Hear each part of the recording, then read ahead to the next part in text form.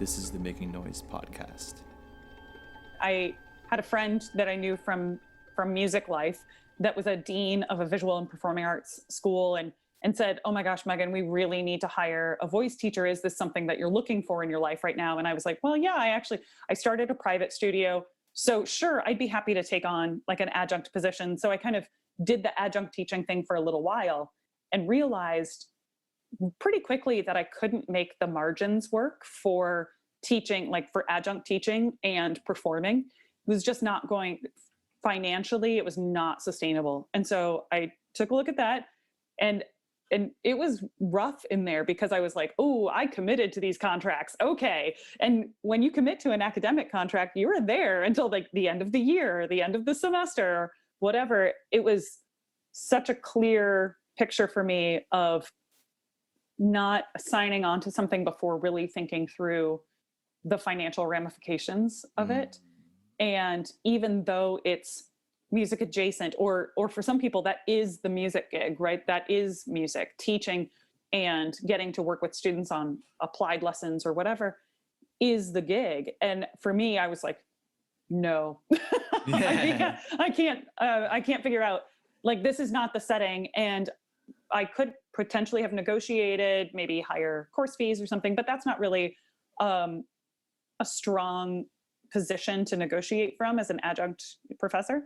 So I was like, okay, I just need to transition out of this. I also realized at the time that I had two parallel careers that required me to be kind of place specific. So when you're teaching applied lessons, especially in voice, they really want you in the room, right, with the students, which totally makes sense.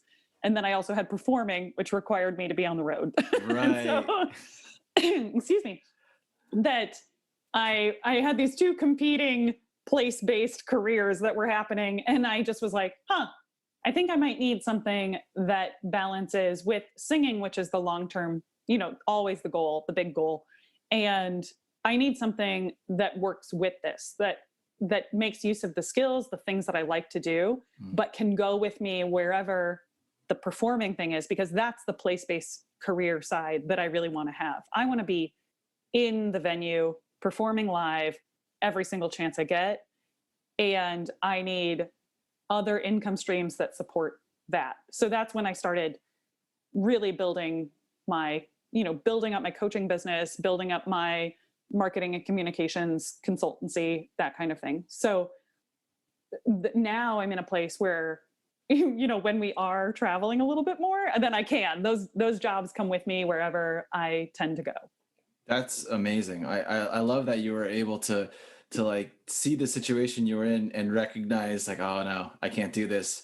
But not only recognize it, but then be able to actually take actionable steps to pivot out of it and start like this whole new thing in a way. Well, I guess, would you say that was everything you did following the administrative roles?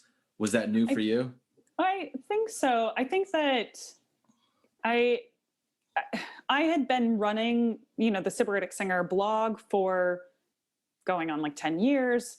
At that point, I'd been doing, like social media marketing for other people and myself along that path. So it made sense. These were all things that I had built skills in, years of experience in, and then just applied them in a more professional container. Does that make sense? Yeah. The other thing that I was going to say about that is that it was interesting because I started that private studio at the same time as around the same time as starting those adjunct positions. And I realized that I was running my private studio. If I had just stayed doing that, I would have worked less and made more money overall. And I was like, wait, this part of this business does not bother me. It doesn't bother me to like set up lessons, set my fees, have policies, bring on students, that kind of thing. I was in an area where there was a need for voice teachers, and I was definitely helping my students. So, students were coming to me, and so I'm looking at this and I was like, how am I making it work running an entire like private studio, but adjunct teaching at the college level is like not happening. Yeah. So it's important to like know what those numbers are. What are the numbers that you need to have in your life to feel like it's sustainable. Hmm.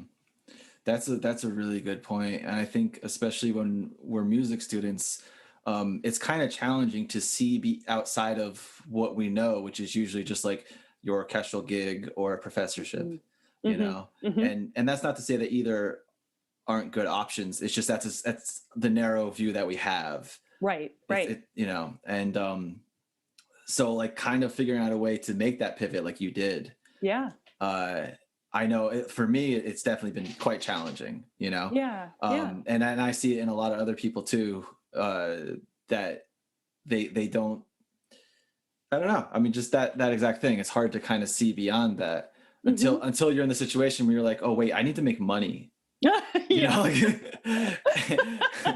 I I went would to like to school. pay my bills. I would like to do all of these things. I would like to, yeah, exactly. I would like to have savings. Like, Right. yeah. It's a weird balance, but that's the thing too. So you're a singer, you're a performer, and that, you said that's the base of it all, right? Hmm. So Hmm. like how do you balance you making sure that you're focusing on performing, or like days where you want to be performing, or not performing, but just working on the performance side of things, Hmm. but then you might have other things that you have to tend to instead.